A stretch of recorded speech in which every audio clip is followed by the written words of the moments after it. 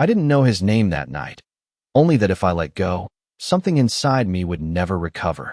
The rain came down hard, sharp against my skin, soaking through the thin fabric of my uniform in seconds as I ran across the empty parking lot behind the restaurant, my shoes slipping slightly on the wet pavement, my breath uneven from a 12-hour shift that had stretched into 14, my body aching in ways I didn't have time to acknowledge, because exhaustion had become normal, like the smell of coffee clinging to my hands or the constant hum of voices I could never quite tune out.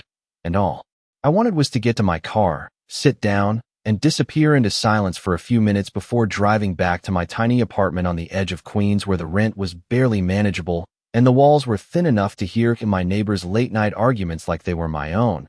But that night didn't give me silence. It gave me something else, something I wasn't supposed to see, because halfway across the lot I heard it, a sound that didn't belong, not the distant traffic, not the rain hitting metal, but a small, broken cry, the kind that makes your chest tighten before your brain can catch up, and I froze for half a second, keys clutched in my hand, heart stuttering as I turned toward the source without thinking, because that's who I've always been, someone who turns toward the sound instead of away from it, even when I shouldn't, even when every instinct says walk faster, get in your car, go home, but I didn't. I stepped closer, then faster, until I saw him, a little boy, no, older than 5 or 6, standing near the back entrance, his small frame shaking, his jacket too thin for the cold rain, his eyes wide and searching like he was waiting for someone who wasn't coming.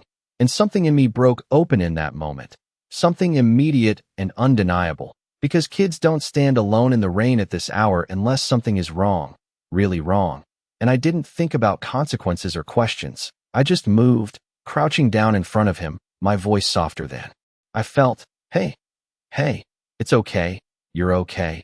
Even though I had no idea if that was true, even though my own pulse was starting to race with a quiet kind of fear I couldn't explain, because the parking lot suddenly felt too empty, too quiet, like the world had pulled back just enough for something else to step in.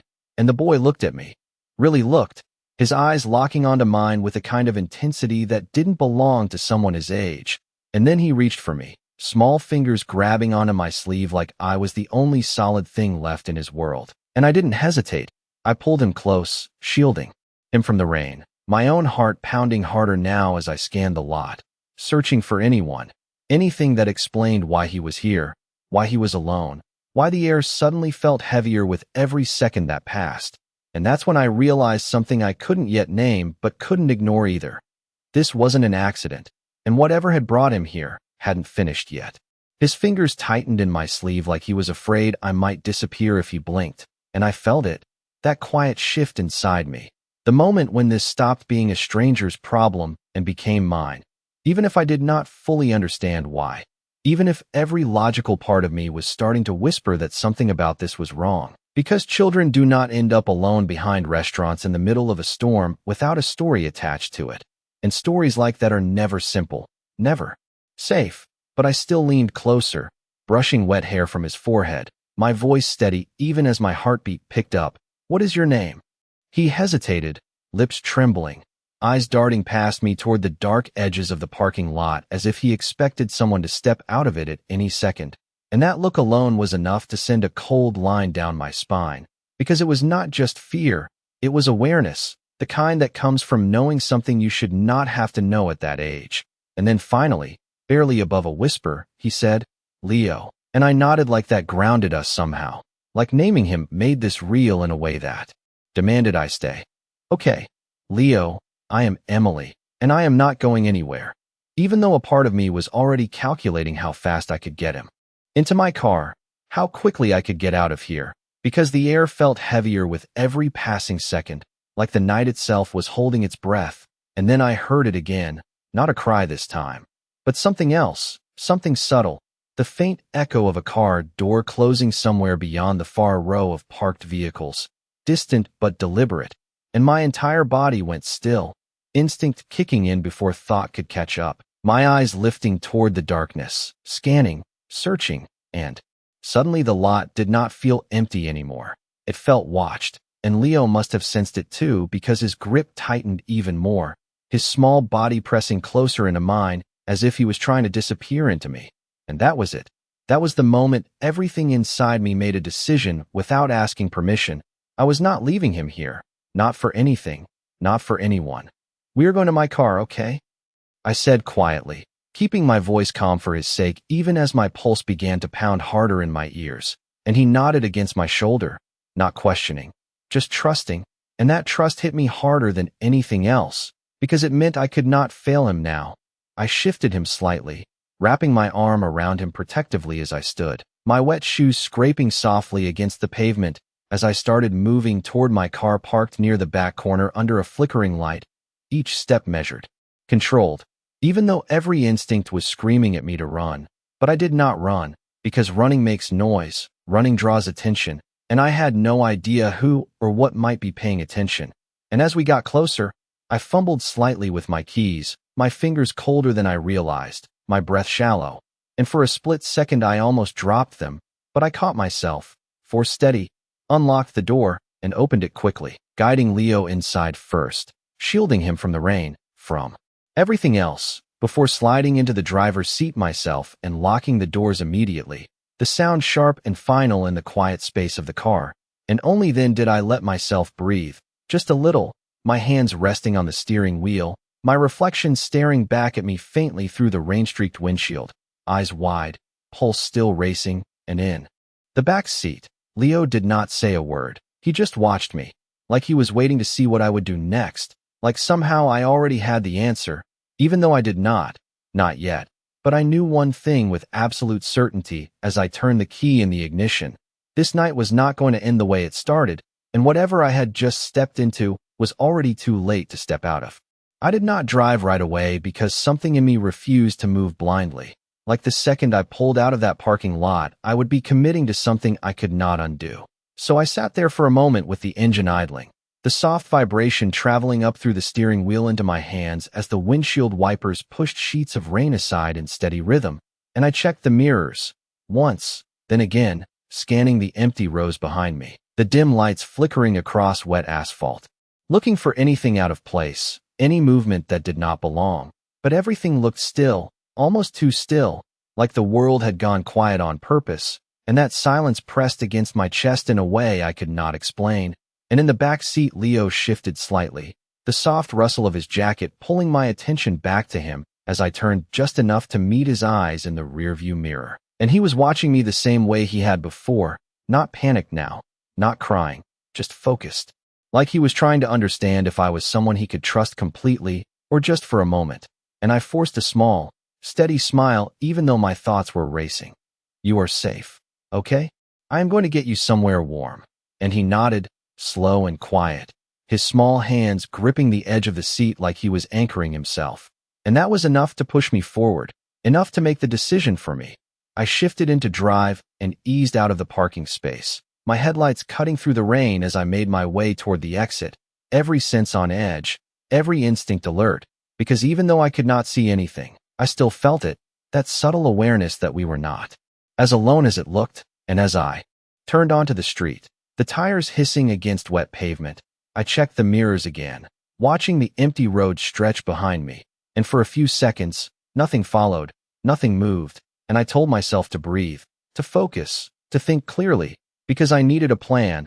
I needed to figure out where to take him, who to call, how to explain any of this without making it worse. And that was when I realized I did not even know if calling the police was safe, not because I distrusted them, but because I did not know what situation Leo had come from, did not know who might be looking for him or why. And something about the way he had looked over his shoulder, the way he had held on to me like I was his last option, told me this was not simple, not something that would be solved by a single phone call. And the thought settled heavy in my chest as I drove past familiar streets, neon signs reflecting off the rain, late night traffic moving in slow, distant patterns, everything normal on the surface while my world quietly tilted into something else entirely. And then Leo spoke again, so softly I almost missed it. They said not to talk, and my hands tightened slightly on the wheel as I glanced at him through the mirror, my voice gentle but careful. "Who said that?" But he did not answer right away, his gaze drifting toward the window, watching the blurred lights pass by like he was somewhere else entirely. And after a few seconds he just shook his head, a small, decisive. Motion that told me he was not going to explain, not yet, and I did not push, because I could see it in his face. Whatever he had seen tonight had already taken enough from him, and forcing answers would not help, so I nodded to myself, adjusting my grip on the wheel as I made a turn toward my apartment. The only place I could think of that was mine, that felt even remotely controlled, even if it was small, even if it was nothing compared to whatever world he had come from. And as the building came into view a few minutes later, old brick, flickering hallway lights, familiar and ordinary in a way that almost felt unreal now, I slowed the car, my chest tightening again with a different kind of realization, because bringing him here meant crossing another line, one that said this was no longer temporary, no longer just a moment of help. This was something deeper, something that would follow me long after the rain stopped. And as I parked and turned off the engine, the silence that followed felt heavier than before, and I sat there for 1 second longer, just one, before I whispered under my breath, more to myself than to him. Everything is going to change now. And for the first time that night, I knew it was true. I stepped out of the car first, the cold rain hitting my face again as I hurried around to the back door, my keys still clenched in my hand like they were the only thing keeping everything grounded. And when I opened it, Leo looked up at me without a word, his eyes searching mine for confirmation that this next step was safe. And I gave him a small nod, the kind you give when you are not completely sure, but you need to be. "Come on," I said softly, reaching for him, and he took my hand without hesitation, his fingers cold and small against mine as I guided him out into the rain, pulling my jacket tighter around his shoulders even though it barely made a difference. And we moved quickly toward the building entrance, the flickering overhead light casting uneven shadows across the cracked concrete, every sound sharper than it should have been, every movement echoing just a little too long. And I found myself glancing over my shoulder once more before pushing the door open, like I expected someone to be standing there, watching, waiting, but there was nothing, just the empty lot and the steady fall of rain.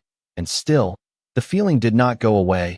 It followed me inside, lingering just beneath the surface of every breath I took, the hallway smelling faintly of old paint and something stale as we climbed the narrow stairs to the 3rd floor, Leo staying close, silent, his steps careful but steady. And when we reached my apartment door, I fumbled with the lock for a second, before getting it open, ushering him inside quickly and shutting it behind us with more force than I intended, the click of the lock louder than usual, in the quiet space. And for a moment, I just stood there, my back against the door, breathing, listening, waiting for something that did not come, until I forced myself to move again, turning on the small lamp in the corner that filled the room with a warm but dim light, enough to make everything feel a little more real, a little less like something slipping out of control. "You can sit," I said, gesturing toward the couch. And Leo hesitated for half a second before climbing up, his damp clothes leaving faint marks on the worn fabric. And I moved toward the kitchen area, grabbing a clean towel and kneeling in front of him, gently drying his hair, careful not to startle him, careful not to move too fast, because everything about him felt fragile in a way that had nothing to do with his size. And as I worked, I noticed small details I had not seen before, the quality of his jacket despite being soaked, the subtle stitching, the kind you do not find in regular stores, the way his shoes were clean despite everything, expensive in a quiet way, and it did not match. None of it matched the idea of him being alone in that parking lot, which only made the knot in my chest tighten further. And when I finished, I wrapped the towel around his shoulders, meeting his eyes again. "Are you hungry?" I asked, and he nodded this time. A small, almost automatic response, and I stood, moving to grab what little I had, a slice of bread, some peanut butter, something simple but warm enough to feel like care. And as I handed it to him, he took it with both hands, eating slowly, like he had learned to make things last. And I sat across from him, watching, my thoughts running faster now, trying to piece together something that made sense out of all of this. But nothing fit, nothing explained the way the night had unfolded. And just as I opened my mouth to ask him another question, something stopped me, a sound, faint but unmistakable, coming from outside the apartment, not loud, not urgent, just the quiet, measured echo of footsteps in the hallway. And every part of me went still, my gaze shifting toward the door as my heartbeat picked up again, slow and heavy, because deep down I already knew Whoever had been missing from that parking lot had just found where we went. The sound stopped right outside my door, not rushed, not uncertain, just there, like whoever stood on the other side already knew exactly where they needed to be, and I felt it in my chest before I even moved. That heavy, steady pressure that told me this moment mattered more than anything that had happened before it. And for a second I did nothing. I just listened, my breath shallow, my eyes fixed on the door as if looking hard enough would reveal who was standing there. And behind me Leo went. Completely still, the faint rustle of movement disappearing into silence as if he understood without being told that noise was not safe right now. And that silence between us felt louder than anything else, like a shared awareness neither of us could explain, but both of us felt. And then there was a knock, not loud, not aggressive, just two measured taps against the wood that carried more authority than force ever could, and my heart jumped. Not from fear exactly, but from recognition, because something about that knock said control, said patience, said this was someone who did not need to break anything to get inside. And I swallowed, forcing myself to move as I stood slowly. Each step toward the door deliberate, careful, like I was walking into something I could not turn away from even if I wanted to. And part of me wanted to pretend I was not home, to stay quiet and wait until whoever it was left. But I knew they would not with that kind of presence, not with that kind of certainty. And when I reached the door, my hand hovered over the lock for a second, just 1 second where I could still choose not to open it. And then I turned it, the click echoing softly in the small apartment as I pulled the door open just enough to see. And the first thing I noticed was not his face. It was the stillness, the way everything around him seemed to settle, like the hallway itself had adjusted to his presence. And then I looked up, and he was there, tall, composed, dressed in a dark coat that fit him too well to be anything but intentional, rain still clinging faintly to the fabric, his posture straight but relaxed in a way that suggested complete control rather than ease. And his eyes met mine immediately, sharp and focused, taking in everything in a single glance, not intrusive, not rushed, just precise. And I felt it, that strange sensation of being seen in a way that was deeper than surface level, like he was already forming conclusions about me before I had even said a word. And for a moment, neither of us spoke, the space between us filled with something quiet but undeniable. And then his gaze shifted past me, just slightly, enough to confirm what he had come for, enough to tell me that he already knew Leo was here. And when his eyes returned to mine, there was something different in them, not softer, not exactly, but more focused, more intentional. And when he finally spoke, his voice was low, steady, the kind that did not need to be raised to be heard. You found him. And it was not a question, not really, just a statement of fact. And I felt my throat tighten slightly as I nodded, my voice coming out quieter than I expected. He was alone. And for a brief moment something flickered in his expression, something controlled but real, like that detail mattered more than anything else I could have said. And then he took a single step closer, not crossing the threshold, just enough to make the space feel smaller, more defined. And his next words settled into the room with a weight I could not ignore. You should not have been the one to do that. And I did not know if it was a warning or an observation, maybe both. But before I could respond, before I could ask anything, he added, just as calm, just as certain, but now that you have, this changes things. And I felt it again, that shift, deeper this time, stronger, like the night itself had reached a point where there was no going back. And standing there in my doorway, with the rain still falling outside and Leo just behind me, I realized something I had not fully understood until that moment. This was not the end of what I had stepped into. It was only the beginning. For a moment I just stood there, my hand still resting on the edge of the door as his words settled into the space between us, not loud, not forceful, but impossible to ignore. And I realized something almost immediately. This man did not explain himself. He did not justify. He stated things as if the world naturally aligned around his decisions. And part of me wanted to push back against that, wanted to remind him that this was my apartment, my space, that he did not get to walk into it with quiet authority and redefine everything without permission. But another part of me, the part that had been listening since the parking lot, the part that recognized danger without needing it spelled out, understood that this was not a situation where control was shared. And before I could decide which part of me would speak, Leo moved behind me, A small shift, barely a sound, but it changed everything, because the man's attention shifted instantly, his focus narrowing in a way that made the air feel tighter, more deliberate, and I stepped slightly to the side without thinking, not blocking, not surrendering, just making space, and that was enough. He stepped forward then, crossing the threshold of my apartment with a calm certainty that made it clear he had already decided he would be allowed in, and I felt it, that invisible line being crossed, not just physically, but something deeper, something that said my life was no longer entirely my own in this moment. And he stopped a few feet inside, his gaze settling on Leo, and for the first time since I had seen him, something shifted in his expression, not softness exactly, but something closer to recognition, something grounded, and Leo looked back at him, still quiet, still composed in that way that did not belong to a child, and neither of them spoke for a second that stretched longer than it should have, and I realized I was holding my breath again, waiting for something to break the silence, and when it came, it was Leo, his voice small but steady. I did not talk, and the man nodded once, a single, controlled motion that seemed to carry more meaning than any reassurance I could have given, and then his eyes lifted back to me, studying me again, recalculating, and I felt that same awareness settle over me, like I was being placed somewhere in his mind, categorized in a way I did not yet understand. And when he spoke again, his tone had not changed, still calm, still precise, but there was something new underneath it, something more personal.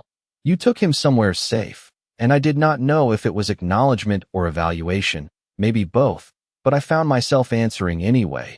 He needed help, simple, direct, the only truth that mattered. And for a brief moment something almost like approval flickered in his gaze before it disappeared just as quickly, replaced again by that controlled distance, and he stepped back slightly, creating space where there had not been any, his presence still filling the room without effort. And then he said something that shifted everything once more. There are people looking for him. And my chest tightened instantly, not from surprise but from confirmation, because I had known, deep down, that this was bigger than I could see, bigger than I could understand, and I felt my pulse quicken as I glanced toward Leo, then back at him. Who? I asked before I could stop myself, but he did not answer directly. Instead, his gaze held mine for a second longer, like he was deciding how much I was allowed to know, how much I was already involved whether I liked it or not. And when he finally spoke again, his words were quieter, more deliberate. That is exactly why you cannot stay outside of this anymore. And something in my chest dropped at that. Not fear, not exactly, but the realization settling in fully now. This was not a moment I could walk away from. Not after opening that door. Not after bringing Leo inside. Not after choosing to help when I could have left. And as I stood there, in my own apartment that suddenly felt unfamiliar, I understood something with absolute clarity. Whatever world this man came from had just reached into mine and pulled me in. The words stayed with me, heavier than they should have been, because they did not sound like a warning. They sounded like a conclusion already made, and I felt something inside me resist that immediately. A quiet but firm push against the idea that my life could be redirected by someone I had met less than 5 minutes ago, no matter who he was, no matter what kind of world he came from. And before I could stop myself, I said it, my voice steadier than I felt. You do not get to decide that for me. And for the first time since he stepped inside, there was a pause, not long, not dramatic, just enough to acknowledge that I had spoken against him instead of around him, and his gaze shifted slightly, sharpening in a way that did not feel angry but focused, like I had just become more interesting rather than more difficult. And he took a slow step closer, not threatening, not forceful, but deliberate, closing the space just enough to make his presence impossible to ignore. And when he spoke again, his tone remained calm, but there was something firmer underneath it now, something that did not bend easily. I am not deciding for you, he said, his eyes holding mine in a way that made it hard to look away. I am telling you the reality of what you stepped into. And I felt that hit somewhere deeper than I expected, because part of me already knew he was right. Knew that this was not something I could simplify or step away from with a single decision. But I still held my ground, my fingers tightening slightly at my sides as I shook my head. I helped a kid who needed help. That does not mean I belong to whatever this is. And the word belong hung in the air longer than I intended, heavier than I wanted it to be, And something changed again, subtle but clear. His expression did not soften, but his focus shifted, like he had just heard something important, something that fit into a larger picture I could not see. And then he glanced briefly toward Leo before returning his attention to me.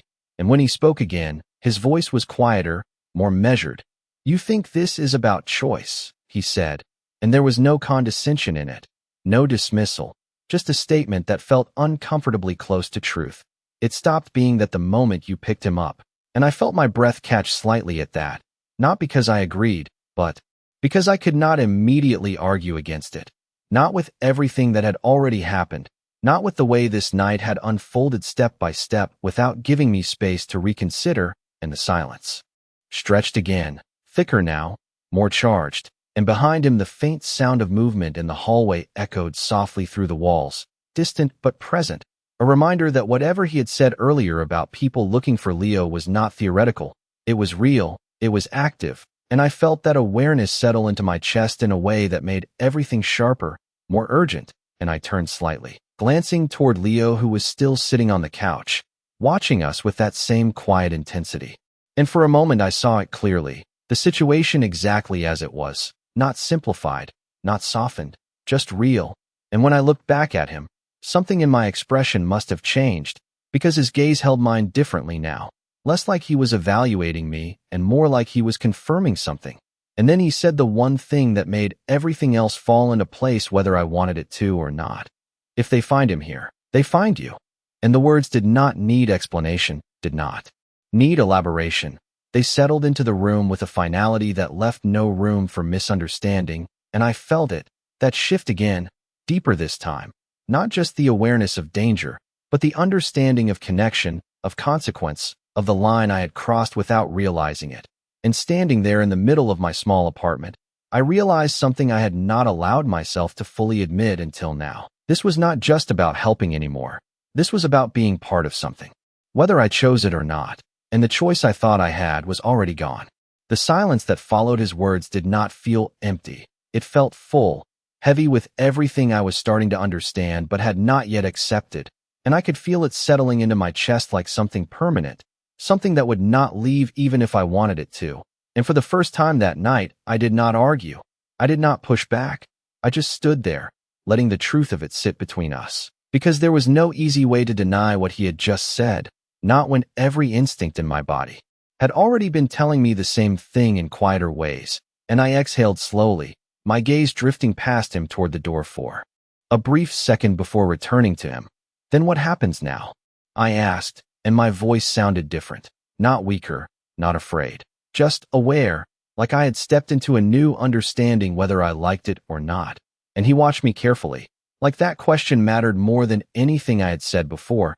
And for a moment he did not answer, his eyes shifting briefly toward the window, toward the dark street outside where the rain still fell in steady lines, and then back to me. And when he spoke, his tone had changed again, not softer, but more direct, more final. "Now you come with us." And something in my chest tightened instantly at that. Not panic, but resistance, because those words carried weight. They carried implication. They carried a future I had not agreed to. And I shook my head slightly before I could stop myself. "No." The word coming out quietly but firmly, and his gaze did not change, did not flicker, it just stayed on mine, steady and unyielding. And for a second I wondered if I had just made a mistake, not because I was afraid of him, but because I was starting to understand how little room there was for negotiation in whatever world he came from. And then Leo moved again, shifting on the couch, his small voice cutting through the tension in a way neither of us expected. "I want to stay." And everything paused, the air itself seeming to hold still around that statement. And I turned toward him immediately, surprised, because this was the first time he had expressed anything like a preference. And he was looking at me, not at the man, not at the door, just at me. And there was something in his expression that felt familiar now, that same quiet trust he had shown in the parking lot. And it hit me harder this time, because it meant I was no longer just helping him. I was part of how he felt safe, and that realization settled deep, grounding and overwhelming at the same time. And when I looked back at the man, something in my stance had shifted, not defiant, not submissive, just decided, and he saw it immediately. I could tell by the way his eyes narrowed slightly, not in anger, but in calculation.